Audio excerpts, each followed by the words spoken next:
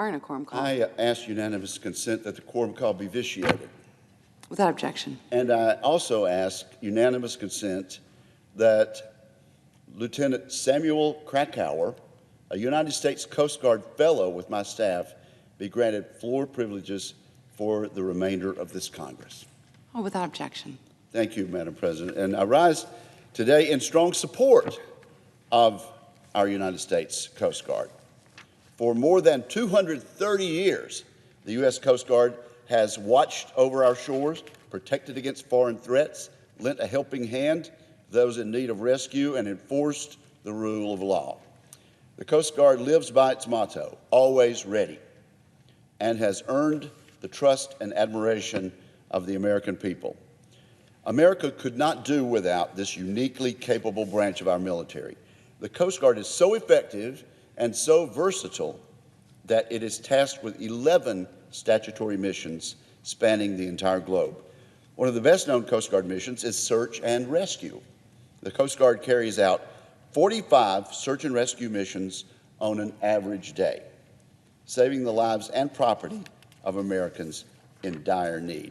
The Coast Guard also protects our ports and inland waterways, facilitating billions of dollars in trade and maintaining the navigation aids that make sea commerce possible. In today's global economy, 80% of international trade travels by sea. The Coast Guard plays a crucial role in screening commercial vessels, patrolling maritime infrastructure, and servicing aids to navigation, such as beacons and buoys. Each of these functions contributes to our nation's prosperity and security. The Coast Guard is also increasingly involved in homeland security. It is largely the Coast Guard's job to deter potential threats before they arrive in U.S. ports. Coast Guard men and women can be found in every major port in America, conducting security, boardings, and escorting passenger and cargo vessels into our waterways. The Coast Guard also helps enforce U.S. migration laws and saves the lives of those who foolishly risk everything to travel on unseaworthy vessels. Beyond this, the Coast Guard plays a crucial role in blocking narcotics and illegal weapons from entering our country. It is not uncommon for Americans to open their news feeds and read a report about the latest multi-million-dollar drug bust carried out at sea by the Coast Guard. In one recent example, 3 Coast Guard cutters joined efforts to intercept more than 11,000 pounds of cocaine, valued at $220 million. That was a remarkable feat, but not unusual for the United States Coast Guard. As the polar regions attract more interest from Congress, it should be known that the Coast Guard is America's surface presence in both the Arctic and the Antarctic waters. Coast Guard icebreakers carry out a wide range of operations, allowing us to have a sustained presence in Antarctica and conduct research in some of the most remote corners of the Earth. If all of these roles were not enough, the Coast Guard is taking on greater responsibilities in national security.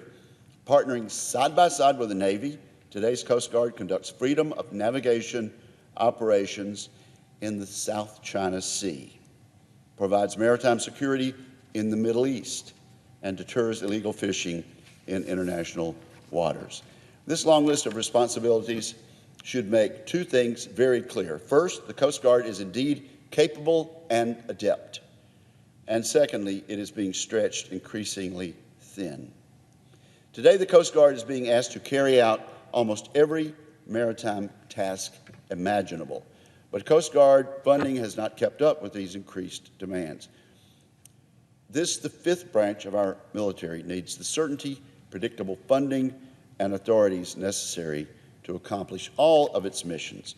Congress has the ability to meet these needs, and I'm asking my colleagues to do so by supporting a new bill, the Unwavering Support for Our Coast Guard Act. This legislation would essentially do 5 things. Number 1, it would protect pay and allowances for Coast Guard members during a government shutdown. During the latest government shutdown, the Coast Guard members went without pay, yet continue to serve admirably. This should not be allowed to happen again. We need to safeguard Coast Guard pay and allowances from failures here in Washington. Number two, the legislation would provide full funding to eliminate the shoreside facility maintenance backlog while building resilience into these facilities. Number three, the bill would enhance the diversity of the Coast Guard. Four, it would support needed renovations at the Coast Guard Yard in Maryland. And five, the bill would require the Coast Guard to tell us the assets and facilities it needs to complete all of its missions. For too long, the Coast Guard has been asked to do more with less. Congress needs to understand the true cost of modernizing and recapitalizing our Coast Guard fleet to meet its mission requirements in the increasingly complex maritime domain. Madam President, I'm proud of my state's role in supporting the Coast Guard fleet recapitalization efforts. Mississippi is building two of the vessels that will be the vanguard of our Coast Guard for years to come, the National Security Cutter and the cutting-edge Polar Security Cutter. The National Security Cutters have already proven themselves to be the most capable and versatile ships the Coast Guard has ever used. They can deploy all around the world, integrate seamlessly with our NATO allies, and use next-generation technologies like unmanned drones to extend their reach. These cutters are especially effective at countering drug smuggling, illegal fishing, and the illegal movement of migrants. America will also benefit significantly from the new Polar Security Cutters, which will be the first heavy icebreakers built in America since the 1970s. Our current fleet of icebreakers is aging and shrinking. We have fallen far beyond Russia in our icebreaker fleet, and the Arctic is quickly becoming a critical national security domain. A fleet of new Polar Security Cutters will allow us to maintain a heavy presence in polar regions and keep our adversaries at bay. Madam President, America needs a capable and growing Coast Guard, and the Coast Guard needs the support of this legislation.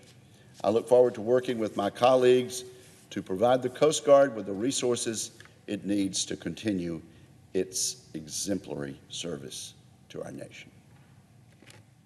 Thank you, Madam President, and I suggest the absence of a quorum.